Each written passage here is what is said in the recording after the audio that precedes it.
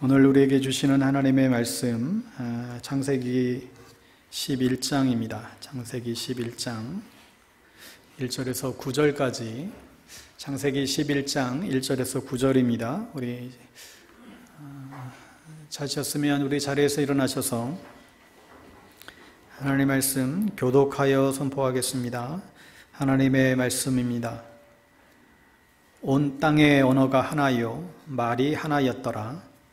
이에 그들이 동방으로 옮기다가 신할 평지를 만나 거기 거류하며 서로 말하되 자 벽돌을 만들어 견고히 굽자 하고 이에 벽돌로 돌을 대신하며 역청으로 진흙을 대신하고 또 말하되 자 성읍과 탑을 건설하여 그 탑 꼭대기를 하늘에 닿게 하여 우리 이름을 내고 온 지면에 흩어짐을 면하자 하였더니 여호와께서 사람들이 건설하는 그 성읍과 탑을 보려고 내려오셨더라.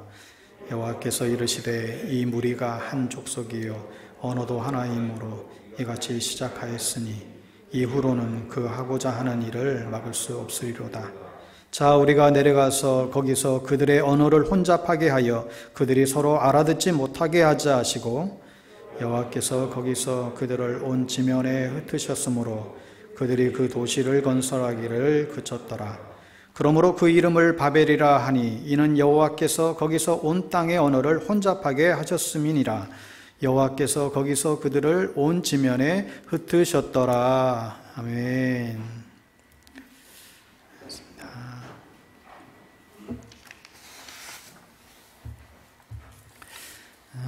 오늘은 교만과 탐욕의 바벨탑이라는 제아의 말씀으로 하나님 말씀 증거하겠습니다. 지난 금요 기도회 때에 노아의 방주 사건을 묵상하면서 마지막 시대를 준비하라고 하는 메시지를 나누었습니다. 그렇게 웅장하고 호화스러움을 자랑했던 타이타닉 배가 한순간에 빙산에 부딪혀 좌초가 되었듯이 우리 인간의 교만과 탐욕의 배는 침몰할 수밖에 없음을 생각했지요. 반드시 심판의 때가 오기 때문에 우리는 각자의 위치에서 미래를 준비하는 삶을 살아야만 합니다. 무엇보다도 도덕적으로 영적으로 이 타락의 극치를 향해 달려가는 이 시대를 향한 경고의 메시지임을 우리가 알게 됩니다. 우리는 진정 이 시대를 살아가면서 무엇이 정말 옳은지 또 무엇을 우리의 삶의 우선순위로 둬야 될지 삶의 진정한 가치가 무엇인지 보물이 무엇인지를 우리는 깊이 성찰해야만 합니다. 어느 미국인 부부가 동네를 산책하다가 동화에서나 나올 법한 아주 너무나 아름다운 집을 보았습니다. 아내가 말했죠. 여보, 우리도 언젠가 저런 집에서 살게 될 거예요. 근데 남편의 반응은 아주 심쿵둥합니다.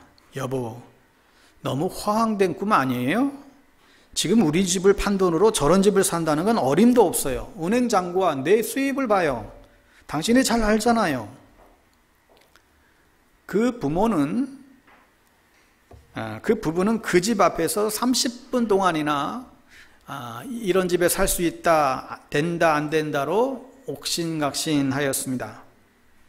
그 후 몇 달 동안 아내는 집요하리만큼 계속해서 열심히 남편을 설득했고 마침내 아내의 믿음이 남편의 마음을 움직이기를 시작했지요. 그래서 남편도 하나님이 반드시 이루어 주실 거야 라고 확신하고 끊임없이 스스로에게 말하기를 시작했습니다. 몇 년 후 마침내 부부는 살던 집을 팔고 큰 땅을 사서 꿈에 그리던 그런 집을 샀습니다. 지었죠. 여러분, 이 이야기는 여러분도 잘 아는 한국과 미국에서 베스트셀러가 된 이 긍정의 힘이라고 한 책 첫 장에 비전을 키우라에 등장하는 이 작자인 저자 조엘 오스틴 목사 그 자신의 이야기입니다. 여러분은 이 책을 보면서 또 여기에 관련된 내용들을 들으면서 혹 은혜를 받았는지는 모르겠지만 하지만 그들이 모르는 것이 있습니다. 그들이 비전이라고 부르는 것이 사실은 탐욕의 또 다른 이름이었고, 그 탐욕이야말로 주님의 길을 따르는 데 있어서 가장 큰 걸림돌, 장애물이라는 점이지요. 이러한 번영신학에 대해서 미국뿐만 아니라 이제 한국에서도 저마다 다 거짓된 복음임을 우리는 지금 직시하고 있습니다. 요즘 부동산 정책으로 마음이 심란하신 분들이 많은 것 같습니다. 내 평생 내 집 하나 마련해 보는 것이 사실 일반 소시민들의 소박한 꿈일 수 있습니다. 그런데 그런 소박한 꿈을 갖는 것이 문제가 아니라 우리가 탐욕의 노예가 되어서 살아가는 것이 문제인 것이죠. 어느 아이의 기도 제목대로 커서 건물주가 되게 해주세요. 이게 우리의 소망이요, 우리의 성공이요, 삶의 목표가 되어서야 되겠습니까? 여러분이 지금 인생에 어떤 실패를 하고 있다고 한다면 그 이유는 아마도 우선권이 잘못되었기 때문입니다. 오늘날 이 사회에서 일어나는 수많은 폭력, 폭행, 절도, 자살, 너무나 많은 아픔의 문제들도 하룻밤 사이에 수없이 일어나지요. 문제가 무엇입니까? 우리는 진정한 가치관을 잃어버렸습니다. 그렇기 때문에 우리는 우선권을 잃어버렸어요.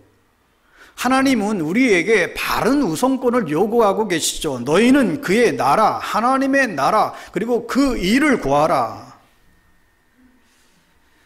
여러분은 하늘의 보물을 쌓는 삶, 하나님의 나라의 가치를 둔 그런 삶을 살아가고 계신가요? 주님은 과연 여러분의 삶에서 최우선을 지금 차지하고 계십니까? 하나님의 소원은 당신의 아들 예수 그리스도가 우리의 삶에 있어서 넘버원이 되는 데 있습니다. 여러분, 우리 모두에게는 삶에 있어서 최우선적으로 자리 잡고 있는 어떤 사람이나 어떤 물질들이 있겠지요. 만일 여러분이 하나님의 나라와 그 일을 먼저 구한다라고 한다면 주님께서 여러분의 삶과 마음에서 최우선적으로 자리 잡고 있어야만 됩니다. 그런데 대부분의 경우에 있어서 우리에게 있어서 최우선은 언제나 우리 자신입니다. 그러나 하나님의 계획은 예수 그리스도가 우리의 으뜸이 되는 데 있지요. 예수 그리스도께서 여러분의 삶에서 정말 최고의 넘버원이 되는 데 주님의 꿈이 있습니다. 왜 예수님이 우리의 삶 가운데에서 최우선이 되어야 되는 것입니까? 그분이 모든 만물의 으뜸이 되시는 하나님이시기 때문이죠. 그리고 예수님께서 여러분을 위하여 죽으셨기 때문에 여러분은 이제 여러분의 것이 아닙니다.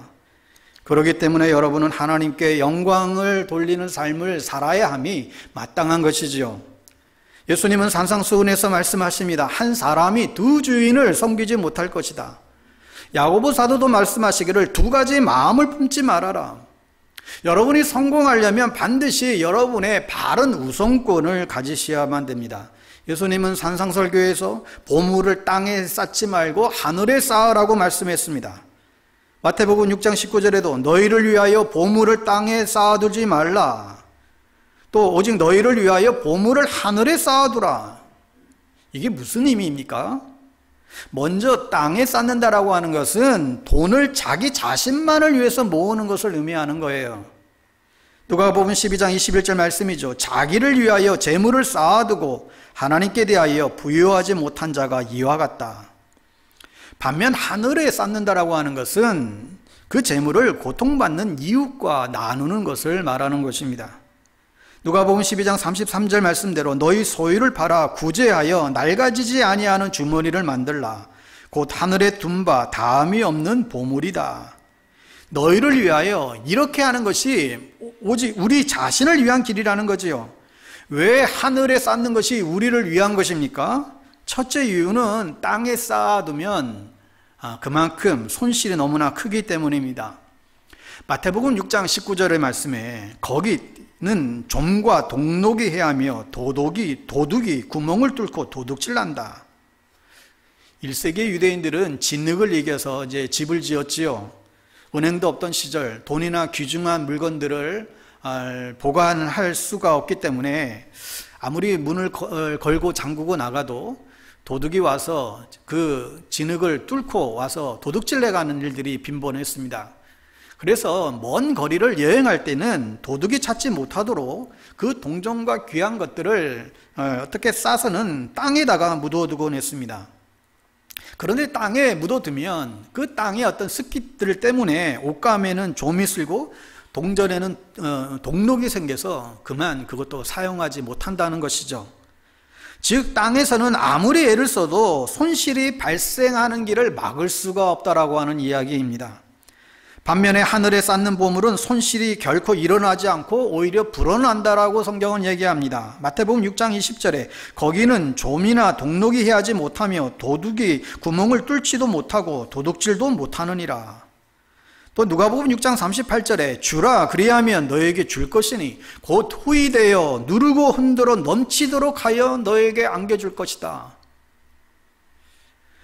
또한 보물을 하늘에 쌓아야 하는 이유는 그 보물을 땅에 쌓게 되면 우리가 그 보물의 노예가 되어서 살아갈 수밖에 없다는 거예요. 그리고 마침내 멸망한다는 것입니다. 마태복음 6장 24절 말씀대로 한 사람이 두 주인을 섬기지 못할 것이니 혹 이를 미워하며 저를 사랑하거나 혹 이를 중히 여기며 저를 경히 여김이라. 너희가 하나님과 재물을 겸하여 섬길 수 없느니라. 땅에 보물을 쌓고 거기에 마음이 거기에 들러붙어 버리면 우리는 창조주 대신에 돈을 주인 삼고 돈의 종이 되어 버리는 것이죠.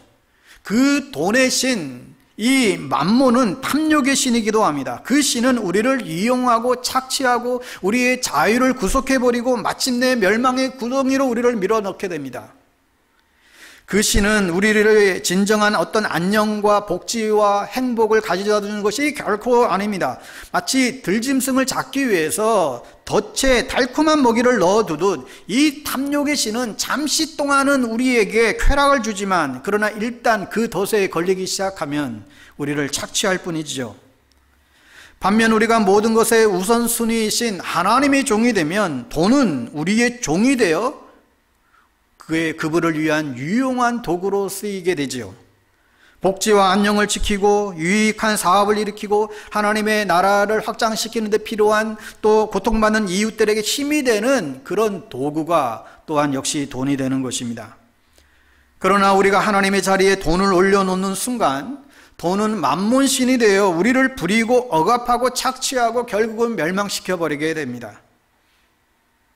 반면 그 보물을 하늘에 쌓으면 그 보물이 더 늘어나고 상함이 없고 그의 삶은 은혜의 빛으로 충만하고 하나님을 섬기는 종으로 쓰임받게 되고 구원에 이르게 된다는 사실입니다.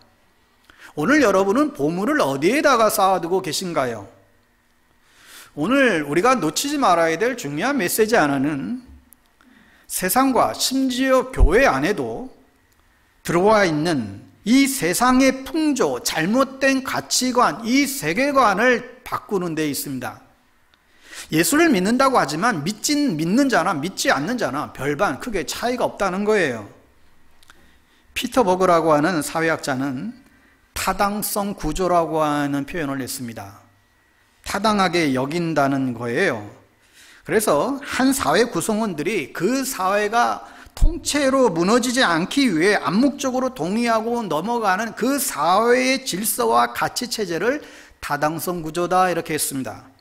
이런 타당성 구조가 현대 사회에서는 대표적으로 물질주의와 성공주의에 있습니다. 물질주의는 물질, 즉 돈이나 학벌이나 권력 같은 재화를 많이 획득하는 것이 인생의 행복을 가져온다라고 하는 생각이고, 성공주의는 이 물질을 많이 획득할 수 있는 사람이 인생에 성공한 사람이라고 하는 사실이에요. 이 두 가지가 현대 사회의 타당성의 구조입니다. 여러분, 여기에 아무도 누군가 의의를 달 사람이 아무도 없지요. 이것이 이 시대의 정신이라는 거예요. 이 시대는 누구나 그렇게 되기를 원하고, 그렇게 되지 못한 사람들은 그냥 열등한 자로, 루저로 그렇게 취급받고 너무나 살기가 힘들어지는 그런 세상에 우리는 놓여져 있습니다. 이러한 시대에 타당성 구조인 이 물질주의와 성공주의에 물든 세계관을 바꾸는 것이 너무너무 중요합니다. 왜냐하면 하나님의 나라에 가면 이러한 모든 것들이 이 세상의 가치에 완전히 뒤바뀌어 버리기 때문에 그래요. 문제는 예수 믿는 이들조차도 이 세상의 이 타당성 구조를 고스란히 껴안은 채 하나님도 잘 믿는다고 착각하는 데 있습니다. 세상 사람들과 똑같은 가치를 가지고 열심히 교회는 다니고 그러면서 자기는 예수를 잘 믿는다고 그렇게 다 착각하고 있다는 거예요. 여러분, 그러나 로마서 14장 17절 말씀처럼 하나님의 나라는 먹는 것과 마시는 것이 아니요 오직 성령 안에서 의와 평강과 희락이라. 먹고 마시는 것이 아니라고 하는 것은 물질적인 것, 어떤 눈에 보이는 가시적인 것이 아니라는 것이죠. 따라서 죽어서 그냥 천국 가는 것만이 아니라 지금 현재 우리들이 살고 있는 이 시대 속에서 하나님의 나라를 누리고 성령님 안에서 평강과 기쁨을 누리는 삶이 진짜라고 말씀하고 있습니다. 우리가 가지고 있는 많은 물질, 재정, 소유가 우리의 삶에 행복을 줄 것이라고 착각하지만 여러분, 그것은 거짓된 안정감이에요. 오히려 평안과 기쁨, 이 세상에 환경이 좌우할 수 없고 이 세상이 빼앗갈 수 없는 그 기쁨, 그것이 진정 우리의 평안과 행복과 안전을 담보하는 것입니다. 그래서 사도 바울이 이러한 고백을 해요. 여러분, 고린도후서 6장 8절 후반부터 11절 말씀인데요, 화면을 보고 우리 함께 같이 한번 읽기 원합니다. 시작. 우리는 속이는 자 같으나 참되고 무명한 자 같으나 유명한 자요 죽은 자 같으나 보라 우리가 살아있고 징계를 받는 자 같으나 죽임을 당하지 아니하고 근심하는 자 같으나 항상 기뻐하고 가난한 자 같으나 많은 사람을 부유하게 하고 아무것도 없는 자 같으나 모든 것을 가진 자로다. 저는 이 말씀이 얼마나 좋은지 모르겠어요. 아무것도 없는 것 같은데 사실은 모든 것을 가진 자와 같은 그런 만족감과 당당함과 그런 긍지를 갖고 살아가는 것입니다. 여러분이 믿고 있는 기독교는 어떤 기독교입니까? 여러분, 이 말씀이야말로 어쩌면 이 시대의 타당성 구조에 대한 강력한 도전이고 크리스찬들이 자랑스러운 외침이 될 수 있어야 된다고 믿습니다. 오늘 우리가 읽은 본문은 유명한 바벨탑 사건이죠. 노아의 홍수 이후에 새로운 시대가 도래되는데도 또다시 인간들은 좀 살만해지니까 또 하나님을 대적하기를 시작합니다. 그래서 이렇게 얘기해요. 우리의 이름을 내자. 그러니까 하나님의 이름을 높이자가 아니라 우리의 이름을 내자. 아담과 하와가 선악과를 따먹었을 때에 가졌던 그 생각, 비슷한 생각을 한 것이죠. 더 이상 이제 하나님 말씀에 순종하고 싶지 않고 자기 마음대로 살고 싶은, 하나님처럼 되고 싶은 그런 반역의 역사가 다시 시작되는 것입니다. 이 바벨탑의 특징은 한마디로 자기 이름을 내는 데에 있습니다. 바벨탑이 뭐냐면 벨신을 섬기는 탑이라는 뜻이에요. 이 벨은 풍요요, 주인이라고 한 뜻입니다. 성공을 꿈꾸며 내가 주인이 되어서 내 이름을 드러내고자 하는 것, 이게 바벨탑입니다. 자기 이름을 하늘 꼭대기까지 탑을 쌓아서 자기 이름을 온 세상에 알리자 하는 것이죠. 물질주의와 성공주의가 이 바벨탑 안에 다 고스란히 들어와 있습니다. 그러나 이것은 하나님이 천지를 창조하신 그 창조의 목적과 완전히 반대되는 것이죠. 하늘 높이 자기 이름을 높이려고 실력을 과시하는 탑을 쌓으면서 사람이 넘어서면 안 되는 하나님의 영역을 함부로 넘어가는 그런 교만에 빠진 인본주의라고 할 수 있습니다. 여러분, 인본주의가 다 나쁜 것은 아니지요. 인간의 문명과 지성을 발전시키는 거 좋은 것입니다. 문제는 넘어서지 말아야 할 선을 넘어가게 되면 하나님의 영역을 침범하게 됩니다. 여러분, 인간의 지식이 발전되면서 과학이라는 것이 만들어낸 가장 큰 현대의 괴물이 있다고 한다면 그것은 핵무기입니다. 하버드, 프린스턴, 시카고, 미국의 최고의 대학의 교수들이, 과학자들이 그 좋은 머리를 가지고 핵폭탄을 만드는 일에 기여를 했습니다.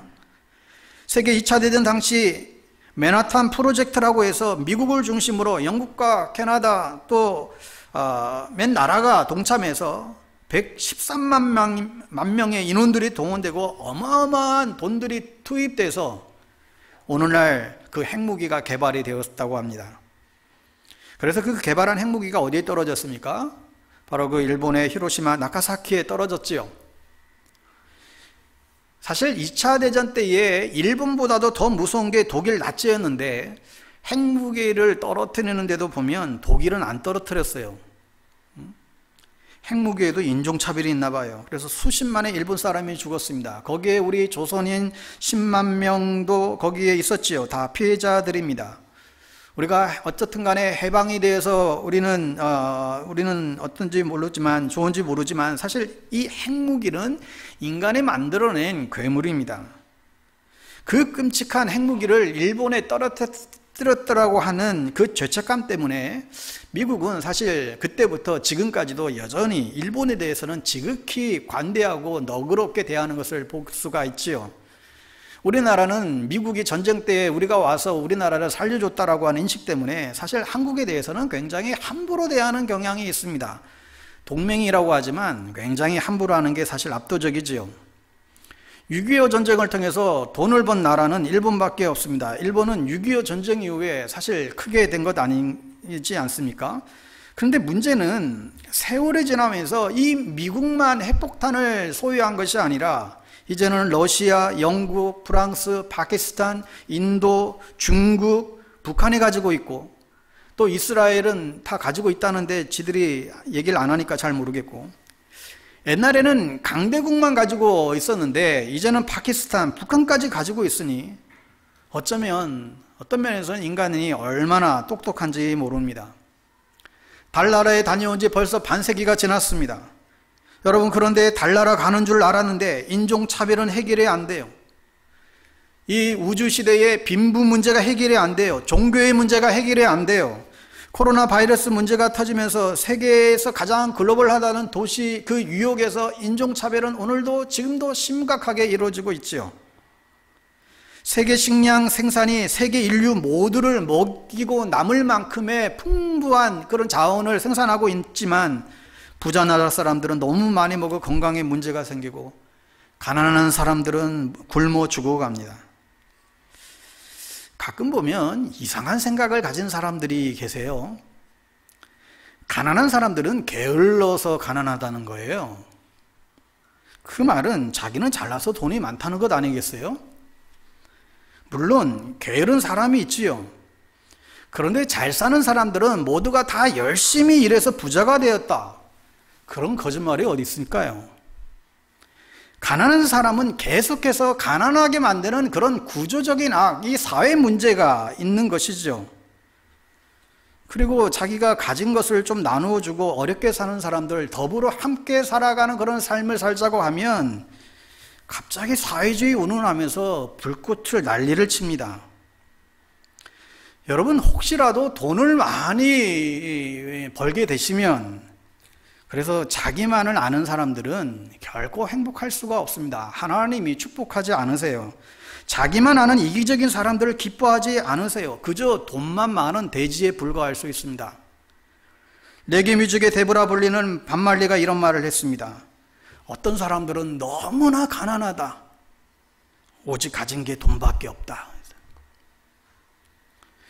돈이 아무리 많아도 예수님이 기뻐하시는 삶을 살지 않으면 잘 산다고 할 수가 없지요. 진정한 행복은 예수 그리스도의 사랑의 나눔에 있습니다. 인간의 문명, 그 문화, 그 자체가 문제가 아니라 발전은 좋은 것이지만 인간이 하나님처럼 되고자 할 때에 세계적인 비극이 일어나게 됩니다. 그리고 언어가 하나 되고 말이 하나인 사람들이 모여서 하나님처럼 되려고 하는 이 죄악의 극치가 집단 이기주의이고 이기적인 민족주의입니다. 민족을 사랑하는 건 너무나 좋은 말이지요. 그런데 민족주의가 집단 이기주의가 되면 독일의 나치즘이 되는 것입니다. 우리 아리안 민족만 우수하다. 우리 아리안 민족 외에는 유대인과 유색 인종들은 다 열등하다. 그러므로 없어져야 된다. 그래서 얼마나 많은 유태인들을 학살을 했습니까? 일본 군국주의도 매 한 가지죠. 대일제국, 일본이 가장 우수한 민족이다. 그래서 이 조선진, 우리 한국인이나 중국이나 아시안인은 일본을 위해서 존재해야 된다. 이런 군국주의가 태동한 것입니다. 이스라엘 사람들이 2000년 동안이나 살던 팔레스타인 사람들을 유엔이 이제 공식적으로 자기들에게 줬다고 해서 그들을 밀어내고 핍박을 하면서 정당화하는 것도 사실 이러한 시온주의도 문제입니다. 하나님은 우리만 선택했고 우리만 축복했다는 거예요. 여러분, 그런 거지 같은 소리가 어디 있습니까? 하나님이 이스라엘 나라만 선택하고 축복하고 왜 자기들만 축복합니까? 왜 축복의 백성이 되라고 하신 것입니까? 축복의 통로가 되라고 하신 것이죠. 자기들 때문에 남들도 좀 복받게 하라고 하나님이 부르신 것이죠. 세상의 빛이 되라고 축복하신 것이죠. 이러한 잘못된 민족주의와 식민지시하에서 핍박받던 사람들이 자기 민족을 지키려고 독립운동하는 민족주의와는 엄연히 다른 것입니다. 인간의 문명 이기가 그렇습니다. 하나님의 뜻에 어긋나게 쓰임받는 일들이 너무나 많이 있습니다. 오늘 본문에도 사람들이 벽돌을 만드는 기술이 생겼다고 그랬어요. 그 거친 돌을 가지고 힘들었는데 이제 벽돌을 만드는 기술이 생기다 보니까 사랑의 집짓기 운동을 한 것이 아니라 바벨탑을 쌓았다는 것입니다. 사람들이 벽돌을 만들어서 집을 튼튼히 짓는 거 좋은 일이잖아요. 그런데 벽돌을 만들게 되면서 헛된 생각을 하게 된 거예요.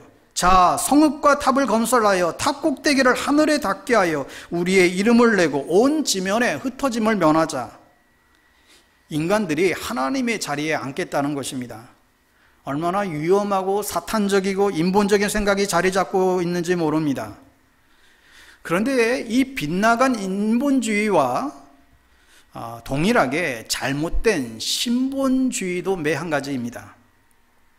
자기가 신으로 착각하는 그런 인간들이 신의 자리를 차지하는 것이죠. 무슨 신천지나 이단의 교주들이 그런 것입니다. 그들을 신격화하는 것입니다. 그래서 자기들이 하는 일들은 다 정당화하는 일들이 벌어지게 됩니다. 교회 역사도 보면 이 잘못된 신본주의, 마치 자기들이 신이 위치해 있는 것처럼 행세하면서 교회가 타락했지요. 성직자들이 하나님 대신 신적인 존재가 되고자 한 것이죠. 개신교에서는 목사가 하나님처럼 섬기라는 것이죠. 여러분, 이러니 사람이 하나님이 되기 십상입니다. 무서운 일입니다. 동시에 타락한 인본주의는 하나님을 무서워할 줄 모르고 사람이 하나님의 자리를 차지하고 똑같은 악마적인 일들을 하는데, 그래서 히틀러와 같은 민족이라는 이름으로 전쟁을 정당화한 것이죠. 전엔가 우리가 한번 보았듯이 우리가 잘 아는 대표적인 대형교회, 그 교회 그 교회에서 목사님 일대기를 영상으로 만들어 가지고 그 주일학교 아이들에게 다 보여주었다고 합니다.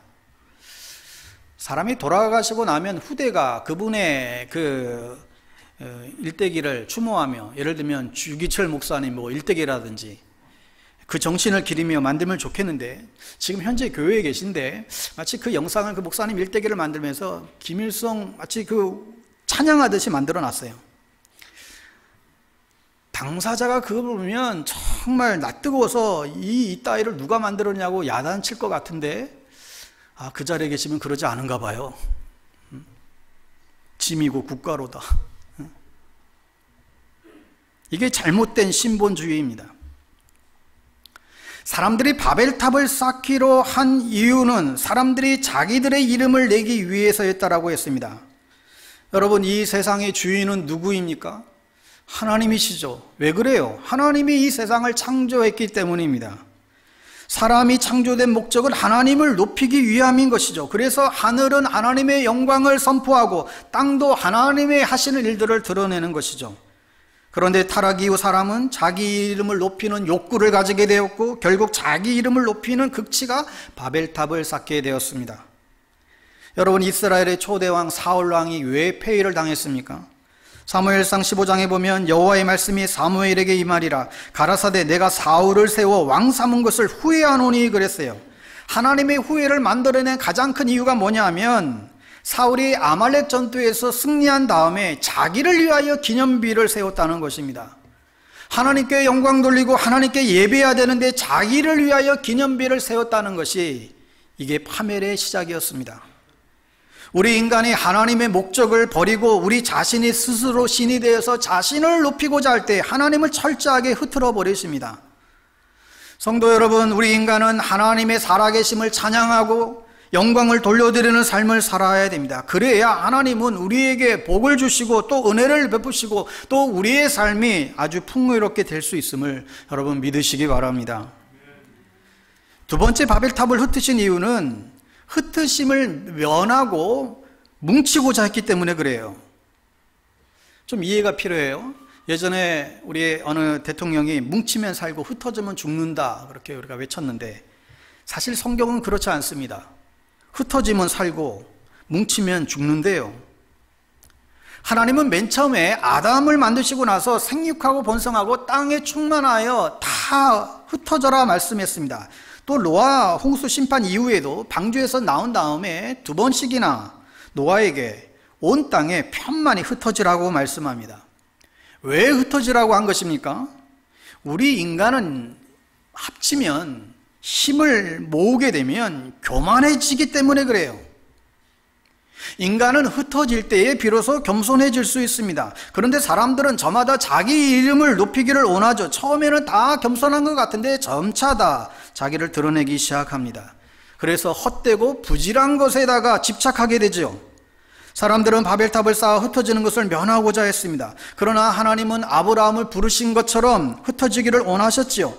여러분, 사실 사람들이 모여서 사는 것 이거 자체가 무슨 나쁜 일이겠습니까? 그러나 문제는 모여가지고 하나님 말씀에 불순종하기 시작했다는 것입니다. 여러분, 사람들이 보면 끼리끼리 모여서 힘을 모으려는 그런 경향들이 있습니다. 그게 동호회든 동창회든 뭐 어떤 모임이든 다 좋지만 그러나 모여서 배타적이고 이기적인 집단이 되면 안 되는 것이죠. 끼리끼리 모여서 배타적인 모임을 만드는 것은 그건 부끄러운 일입니다. 특별히 교회에서는 결코 그런 일을 해서는 안 됩니다. 나와 다른 사람들도 좀 잘 만나고 그들도 초대할 줄 알고 그래야죠. 내가 먼저 선을 딱 그어놓고 담을 쌓아버리면 똑같은 사람이 되는 거죠. 나이를 먹을수록 사람이 넉넉해지고 마음이 넓어지고 그래야 되지 않겠습니까? 끼리끼리 울타리 높이 쌓아두고 그 속에 숨어서 노는 것은 예수 믿는 사람들의 모습이 결코 아닙니다. 교회가 좀 크면요 꼭 이런 그룹들이 있어요. 어느 정도 잘 사는 사람들끼리 그룹을 만들어요. 그들끼리 정기적으로 폼나는 곳 식당에 가서 근사하게 스테이크 먹고 그런 시간들을 보냅니다. 그러면서 자기들만의 어떤 동질성을 확인하며 잘난치 않은 사람들이 꼭 있더라고요. 교회에서 결코 그래서는 안 됩니다. 어려운 사람들과 오히려 더 함께하고 기쁨과 슬픔을 나누고 지내야지 지들끼리만 놀아요. 여러분들은 그러지 마시기를 바랍니다. 명성과 탐욕의 이 바벨탑의 유혹이 거세질 때마다 우리의 가슴에 새겨들어야 될 귀한 시가 있는데 함석헌 선생님의 흩어지자라고 하는 시입니다. 이 세상은 말하기를 뭉치라 하거니와 나는 너에게 이르노니 흩어지라. 뭉치라 뭉치면 힘이라지만 나는 이르는 말 흩어지라 흩어지라 사랑하라. 뭉쳐서 무얼 했지? 금을 들고 칼 갈았지. 뭉쳐서 뭘 하니? 사람 잡아 나눠 먹지. 흩어져라 흩어져 제각기 자유롭게 자라라. 흩어져 무엇하니? 이 세상 구석구석에서 사탄을 내몰지. 흩어져 뭘 하니? 온 누리가 한 집이 돼야지. 흩어져라 흩어져 하나로 돌아가자. 함석헌 선생님의 살아생전에 준엄한 호통이 그대로 전해지는 것 같습니다. 지금이라도 우리 안에 있는 이 명성과 자랑과 이 높음의 바벨탑을 우리가 그만 쌓고 흩어져야 할 것입니다. 더 많이 흩어져 사랑하고 더 많이 흩어져서 사탄을 몰아내야 되는 것이죠. 여러분, 하지만 여전히 우리 안에 있는 수많은 이 탐욕들은 이 순간도 하나님을 대적하고 있습니다. 올해는 아담의 후예이다 보니까 이 교만의 유전자가 뿌리 깊이 박혀 있죠. 아담은 자신을 높이며 하나님처럼 되고자 했습니다. 이 마음은 모든 전 인류에게 그대로 전해졌습니다. 사랑이 힘든 이유는 우리 속에 뿌리 박힌 이 교만의 모습입니다. 성경 말씀에 수많은 경고가 있지요. 특별히 잠언 16장 18절 교만은 패망의 선봉이요 거만한 마음은 넘어짐의 앞잡이다. 그러나 우리가 이 경고를 받아들이지 않아서 얼마나 많은 실패를 받는지 모릅니다. 지금도 이 교만이 맹위를 떨치고 있죠. 아담과 하와를 추방했고, 노아를 심판했고, 바벨탑을 심판했고, 이스라엘이 멸망했고, 이 모든 일들이 다 교만 때문에 일어난 파멸이었습니다. 그러니 이 교만을 그냥 만만히 봐서 될 문제는 아닙니다. 자신도 모르는 사이에 자신의 모습이 될 수가 있어요. 하나님 자리에 내가 앉아 있으면 교만이 되는 것입니다. 내 생각이 절대적이고 내 생각만 옳고 말씀이 잘 들리지 않고 사람에 대한 존중과 이해와 배려가 점차 사라지고 미운 사람들이 생기기 시작하고 기도가 사라지고 자신의 유한함과 부족함을 잘 느끼지 못하고 사람들이 실수를 볼 때마다 참지를 못하기 시작하면 내 안에 교만의 싹이 시작됐구나, 여러분 인식하셔야 됩니다. 이 교만에서 벗어나려면 끊임없이 나를 낮추고 하나님 앞에 겸손해지려고 하는 끊임없는 노력과 애씀이 있어야 됩니다. 성령께서 흔들어 깨워주셔야 됩니다. 그래야 자신의 부족함과 부끄러움을 스스로 보게 되지요. 사람을 향한 교만도 조심해야 되지만 하나님을 향한 교만은 더욱더 조심해야 될 것입니다. 하나님이 마치 없는 것처럼 하나님을 무시하면서 자기 이름을 내세우며 사는 게 바로 이 오만입니다. 여러분, 이러한 바벨탑을 쌓는 인간의 죄성을 이기는 비결이 어디에 있습니까? 사도행전에 보면 오직 성령이 너에게 임하시면 너희가 권능을 받고 예루살렘과 온 유대와 사마리아 땅끝까지 이르러 내 증인이 되라고 말씀했습니다. 그것은 이 증인이 된다라고 하는 것, 또 달리 얘기하면 사랑의 울타리가 확장되어 나간다는 말입니다. 하나님이 세상을 창조하신 목적은 모여서 잘 사는 것이 아니라 하나님의 영광과 사명을 위해서 흩어져서 잘 살라는 것이죠. 우리가 모이는 것도 잘 흩어지기 위해서 모이는 것입니다. 이를 위해서 이기적이고 배타적인 울타리가 무너져야만 할 것입니다. 자기 것만 챙기느라고 바쁜 게 아니라 나와 인종이 다르고 문화가 다르고 상황이 달라도 예수 그리스도의 사랑으로 사랑할 수 있도록 계속해서 이 담을 허무는 일들을 하셔야만 합니다. 주님은 자신의 몸을 친히 평화를 위해서 자신의 몸을 허무셨다라고 말씀하셨죠. 우리도 이 주님의 마음을 본받아서 더욱 그 사랑과 평화를 전하는 일에 쓰임 받아야만 할 것입니다. 벽돌을 잘 만드는 기술이 생기면 집을 잘 지어서 하나님께 영광을 돌리고 감사하며 살아야지 왜 그 기술을 가지고 바벨탑을 쌓으려고 할까요? 흩어지지 않고 내 것만 쌓는 것, 바벨탑을 쌓는 것입니다. 자신의 바벨탑을 쌓느라 여러분의 남은 세월을 여러분 다 낭비하지 마십시오. 바벨탑을 무너뜨리고 내려와야 됩니다. 여러분에게 있어서 바벨탑은 무엇입니까? 그것이 바벨탑이 되기 전에 끊임없이 흩어 나누는 훈련을 하시기 바랍니다. 그리고 예수의 사랑을 나누는 일에 마음껏 기쁘게 쓰임 받아야 되는 것이죠. 시간과 에너지와 달란트를 복음 증거를 위해서 주의 몸된 교회를 세우는 일을 위해서 쓰여져야만 합니다. 우리가 무엇을 하든지 먹든지 마시든지 하나님의 영광을 위하여서 살 때 우리는 하나님의 복을 받는 인생이 될 수 있습니다. 여러분, 조금만 있으면 여러분들이 그렇게 중요하게 여겼던, 세상 사람들이 그렇게 중요하게 여겼던 것들이 중요하지 않다라고 생각이 들 때가 곧 오게 됩니다. 여러분의 집, 직장, 명성, 스펙, 성공, 물질, 머지않아 저와 여러분은 주님 앞에 서게 됩니다. 그렇기 때문에 우리는 그의 나라와 그의 의를 위하여만 우리는 살아야 되죠. 그렇게 살 때 우리는 최상의 삶을 살아가게 됩니다. 너희는 먼저 그의 나라와 그의 의를 구하라. 그리하면 이 모든 것을 더하여 주시겠다. 얼마나 놀라운 약속입니까?